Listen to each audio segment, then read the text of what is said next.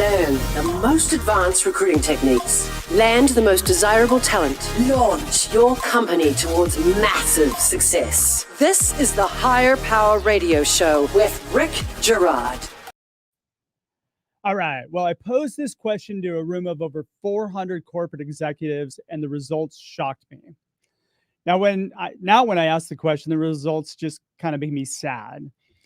So please raise your hand if you've ever had any formal interview training at any time in your career other than what not to say in an interview. 3 hands were raised, 3 out of over 400 people. And we wonder why hiring is hard. But guess what? It's not so hard for companies like Amazon, who at the beginning have structured and trained their people on how to effectively interview people. This is why they have always been a talent magnet, and not because they pay well. 3 out of 400 people. This was a major aha moment for me, and it should be one for you.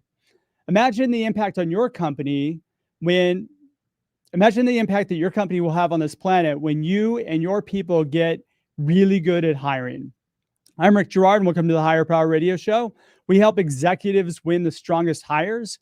We do so by sharing insights from top performing rebel entrepreneurs, game changers, and industry leaders.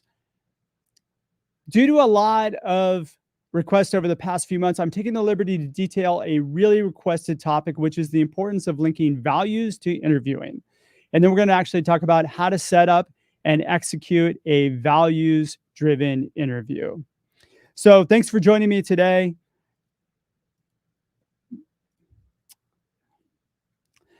So we're going to talk a little bit about the challenges that we're having, especially with interviews today. So really, we're going to talk about a couple things: bias elimination, making the wrong decisions, and then really how it's affecting companies right now. So there's a lot of talk right now about bias elimination and trying to get rid of bias in the interview process. But the problem is that it really can't happen until interview questions are designed to attract evidence to support your company values.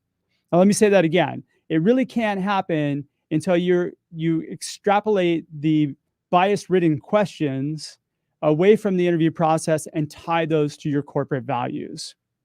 So the content of an interview cannot be left up to chance. The problem is that we have kind of a loose-fitting format in which interviews can kind of free flow. You ask questions based on a resume, skills, and it's really like just kind of a mess for lack of a better term. You might have some great interview questions that you've learned over the years, but they're really not tying back to anything that you can put your finger on that would be a core value of the organization that is really going to help your company grow. So the other thing that's kind of interesting is I actually read some data last week on an article where within 15 minutes of that interview, right, the interviewee's fate has been determined already. So sometimes within the first 5 minutes, you're already determined whether or not you want to move forward or not move forward with a person. And the reason being is, and then you're spending the rest of the interview trying to confirm your opinion or your bias or your gut feeling or whatever it is that is making you kind of make that decision. Totally wrong on every level because of the fact that you haven't gathered, again, enough evidence to support whether or not you should make that decision, right? The decision should be made after that interview is done. Now, the other data that tells us that if you were to actually flip a coin, you'd probably have a much higher success rate in whether or not you made a right hire. So your gut is going to be wrong about 51% of the time. That's not so good, right? Especially when you're in a critical mode and you really need to hire people who are 100% critical to the organization. If you're under 50 people, everybody that you hire is super, super important. When you're hiring a co-founder or trying to find a co-founder for your company, super, super important. Guys, you can't afford to get this wrong, right? So the other reason why you should really pay attention to this, because just having a conversation with somebody and really not having any clear direction to where you're going is not only unchallenging, but it's also unimpressive. And it only attracts people who are kind of in need of a paycheck, which aren't necessarily the right people for your organization. So think about that for a minute. The people that you need to get to are those high performers, those A players, those change makers, however you want to label them. Those people are attracted to an environment that's going to be conducive to them growing. They're going to be an environment where they're going to be around other smart people who are really going to challenge them and who are going to help them to expand and grow in their career. Well, if you're just having kind of a no-brainer interview, that's not going to happen. It's not going to happen at all, right? So talented people, they don't want to work for, just anybody. They want to work for people who are going to help elevate them. And so having a structured process is key to that, to solving that problem for sure. The other thing you guys might be experiencing it right now, but offer turndowns are at an all-time high. People are accepting counter offers. People are getting multiple offers because we are in a shortage, and we have been. And so you're not setting yourself aside from or above your competitors in any way by doing just a common interview that they're expecting. So think about that for a minute. If you can flip the script and actually provide a very content-rich interview that challenges them, how much more eager are they going to be to join your company? So why is this important to a company? Why is this important to you if you're a founder and you're growing a company? Why is it important to your 500-person company? Well, I'm gonna throw out one word I think that really exemplifies this, and this is Amazon. So for years, I think one of the things that Amazon has done right, and this is going way back to the beginning, is that they have incorporated their interview questions into their core values, what they call their leadership principles, right? So this is what drives decisions within the organization. This is what keeps people, this is how they evaluate people who they bring through the interview process. So you're asked questions that are kind of disguised, that put you in, that allow you to give answers to support whether or not you are a person who resonates with those core values. So for example, Amazon has a core value. Their number one leadership principle is customer obsession, right? So, and I'm going to read you the definition of what this is. So customer obsession is where leaders start with the customer and work backwards. They work vigorously to earn and keep customer trust. Although leaders pay attention to competitors, they obsess over customers, right? So it's a clearly defined definition of who they are and what they expect. And they're going to build a question around that that's going to basically support whether or not that person lives those values and can transfer those into their job when they join Amazon. So we don't think about this so much, and we probably should think about it a lot more. Another key one is hire and develop the best. This is another one that I'll read you the definition of this too. Leaders raise the performance bar with every hire and promotion. They recognize that exceptional talent and willingly move them throughout the organization. Leaders develop leaders and take seriously their role in coaching others. We work on behalf of our people to invent mechanisms for development like career choice. So what is that about, and how do you build that into your organization? So we're going to touch that in a minute. So I'm going to actually include in the show links the link to the principles so you guys can get an idea of what those are. And keep in mind, look at talent is drawn toward excellence. If you have a challenging, difficult hiring process, the cream of the crop, the A players, the people that you really need to hire are going to be drawn toward that. And that's what we're going for. So you're listening to the Higher Power Radio Show. I'm your host, Rick Girard. And for our podcast listeners, we're going to take a quick educational moment from our sponsors. Hey, check out stridesearch.com. There you'll find a link to Healing Career Wounds, which is my new book out on Amazon today. Let it be your guide to landing the strongest hires. So we just talked a little bit about why it is important that you link your values to your interview questions. And now I'm going to run you through how to do it, right? So how do we implement a values-driven interview process? So I'm going to start with, first, clearly write down your core company values. These can be your cultural values, it can be however you label them, right? Spend some time and clearly write down what those values are. So get your founders together, get your core people. If you are a single shop founder, it's going to be your values. And then as you add people, you're going to kind of combine those values together and make that your outward messaging. That's going to be how you make your decisions. That's how business decisions are made, how you treat your customers. It's going to wind back down to how you treat your people and how the business is run. So if you look at Amazon's principle of customer obsession, we start with the customer, work backwards from there. Now, if you're going to dig into the same principle, right? This is a language that's within the organization. Our decisions are made by, hey, should we make this decision or not? I don't know. Well, let's look at our leadership principle. Is this customer obsessed? If it is, then you move forward. If it's not, then it's challenging your values and you're not living it. So then you really have to go back and say, well, that's not really our value, is it? And if it's not, then go ahead and get rid of it, change it. Values are fluid. As your organization grows, they're going to change. I think Amazon didn't start out with 14 leadership principles. I think they started out with 4 or 5, and they grew them as the organization grew. So now, once you've written down your values and you've decided these are our values, now you're going to develop those values.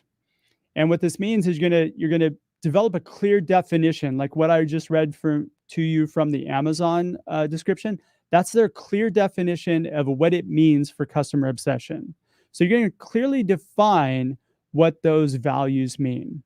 So, for example, I'll give you a secondary one where we had a client. Dignity is a very important thing to them.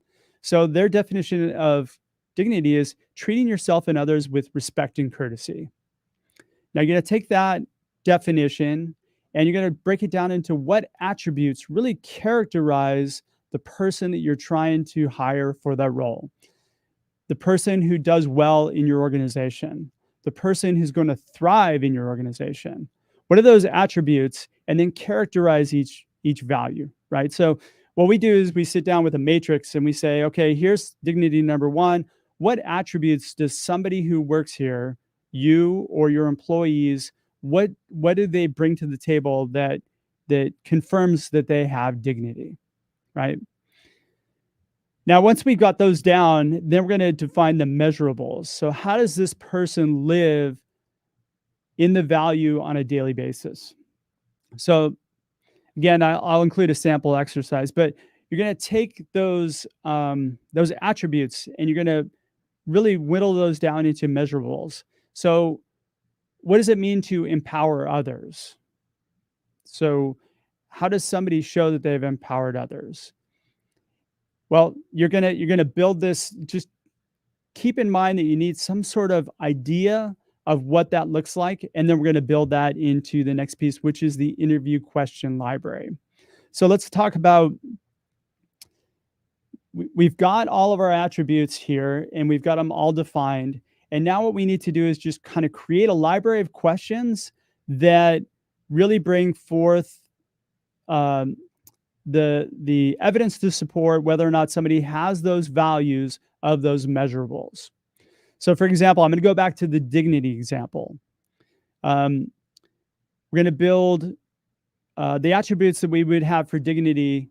What might be something like empowering others, respect for others, and then being non-judgmental. So we're going to take that and we're going to build that into a question library. And I'll get more into that in a minute.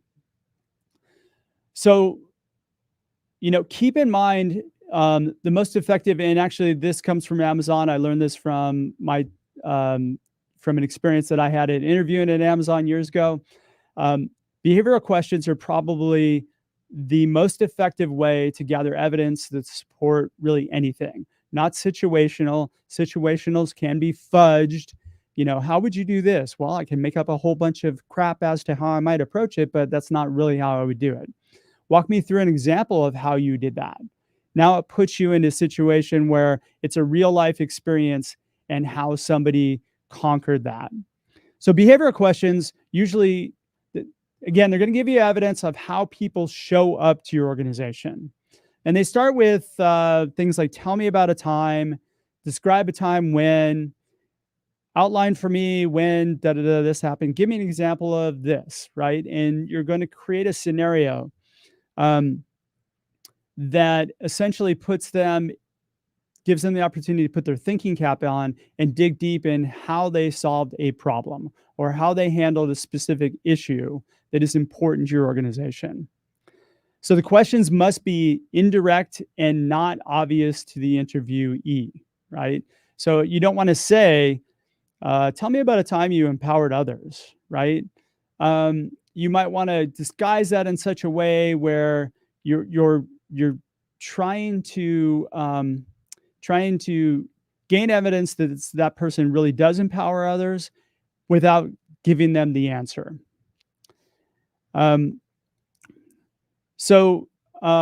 then what you want to do is provide a support and a question flow, a follow-up question flow for each question. So when we build out these processes for our clients, it's essentially each interviewer gets 4 questions that are pre-assigned, and those 4 questions basically all have sub-questions to them. So I'm going to walk you through right now one of them. So for example, we talked about dignity being important earlier.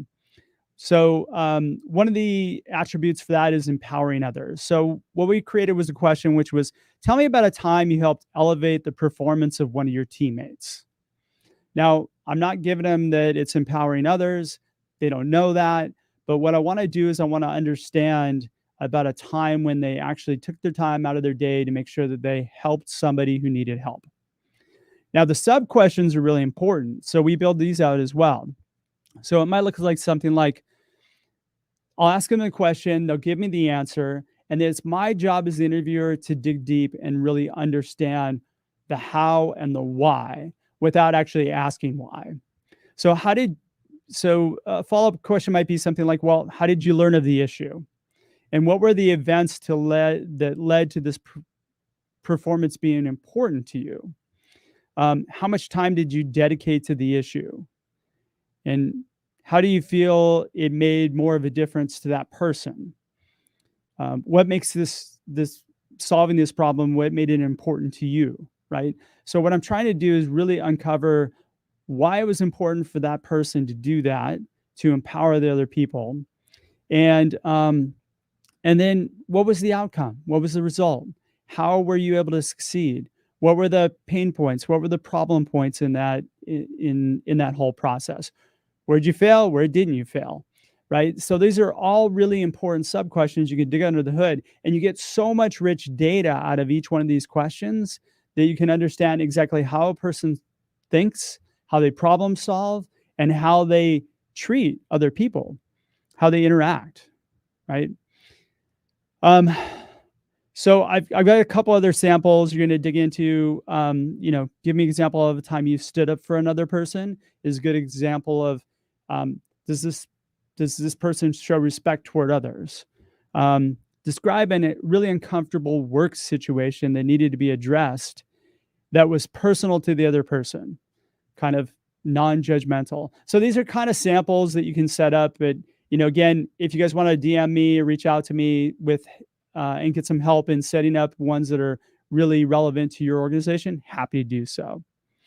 And then the final piece of this is reinforcement and training, right? This is the big piece that we all pretty much fail on, right? We can have these systems in place, but if we are not practicing them, if we're not getting good at them, we're just going to brush them under the rug and say they don't work. So, first and foremost on the reinforcement piece, live your values. If your values are customer obsession, Amazon lives that. Every action they take within the business unit is based on, hey, you know what? Are we customer obsessed? Is this about the customer first and then work backwards from there? Make it a language within your organization. So like, are we acting with dignity right now? I don't know. Is this really going to erode our corporate values or our company values if we make this decision the other way? It makes decision making quite a bit easier. But then more importantly, your people see this. And if they see the writing on the wall says, collaboration and teamwork, and you have a complete organization of people who are siloed and a lot of interdepartmental fighting, people know that that writing on the wall is bullshit. So they're not going to pay attention to it. They're not going to take you seriously. And when somebody comes around who has those values, they're going to gravitate toward it, especially if they're looking to grow. So teach everyone in your organization how to interview. Take the time to have this laid out. Have it mapped out. Interviewer number 1, 2, and 3. These are your questions you get. You have a process in place that's super impressive. There's not a whole lot of preparation other than maybe some practicing on the interview questions. Do some role playing hours where, hey, look at we spend one of our meetings where we go, okay, here's the question of the day. Let's do a little role playing and see who can get the best answer out of people. If you gamify it, it becomes easy. When people get used to digging under the hood, it becomes very, very huge tool that will produce amazing results as far as the people that you're going to be able to hire. We have a 98% success rate in using this process through our organization, just in aligning the right people. And guess what? You know what? It cultivates diversity. It totally cultivates diversity because you're eliminating your bias. And then finally, the last piece is capture the data. Have a tool or some sort of system or training purpose that will actually record the interviews and allow you to transcribe it and gather data so you can actually re-listen to the content of the interviews and go through and say, hey, look, we might have missed something here. Next time, let's dig a little bit deeper there. And it also is a very good tool for follow-up questions if you're not sure on a candidate, because going back and asking those questions will definitely bring forth results of clarity so that you're not ghosting people or keeping them on the fence, which is probably the worst thing you do, especially in this market. So key takeaways for the episode. Hopefully I didn't talk your guys' ear off too much, but key takeaways for this is number one, I want you to invest the time to build out your corporate values. The payoff is huge when you live your corporate values. Then take the next step and connect them to your interview questions. Super important. When somebody has a purpose behind the interview questions they ask, then it just provides so much more rich value and content back to you so you can make the strongest decision. And then finally, train your people. Part of their job is to attract other high performers. And so you need to give them the tools to attract other high performers into your organization. You don't have to complete the down cycle of having, down hiring. You don't have to complete the cycle of having 1 or 2 rock stars that end up getting run out because the performance of the organization lowers and they're no longer challenged. So with that, I'm going to bid you guys adieu. I want to thank you guys for tuning in to this week's episode of Higher Power. Quick thanks to our team, Brian Colburn, Andrea Ballin, and Ayla Gerard. If you're listening to the podcast, please subscribe, review, and share. After all, this show's for you, and we want to continue to make more valuable content for you. By the way, this was a result of a lot of requests that I got from you guys, and so keep them coming. I'll scatter some more of these in throughout the year. You can join the Higher Power Radio community at Higher, H-I-R-E, Power, P-O-W-E-R, radio, R-A-D-I-O.com, or you can join or send me an email at rick@stridesearch.com. Tune in next Tuesday. Our guest is going to be the incredible Lori Torres, who's the founder and CEO of Partial Pending. I'm your host, Rick Gerard, and you have been listening to the Higher Power Radio Show. Aloha. Aloha. Thank you for listening to Higher Power Radio. Catch our LinkedIn Live show every Tuesday at noon or download the podcast on iHeartRadio, iTunes, YouTube, or your favorite podcast platform. We appreciate you joining us on Higher Power Radio with your guide to recruitment success, Rick Giroux.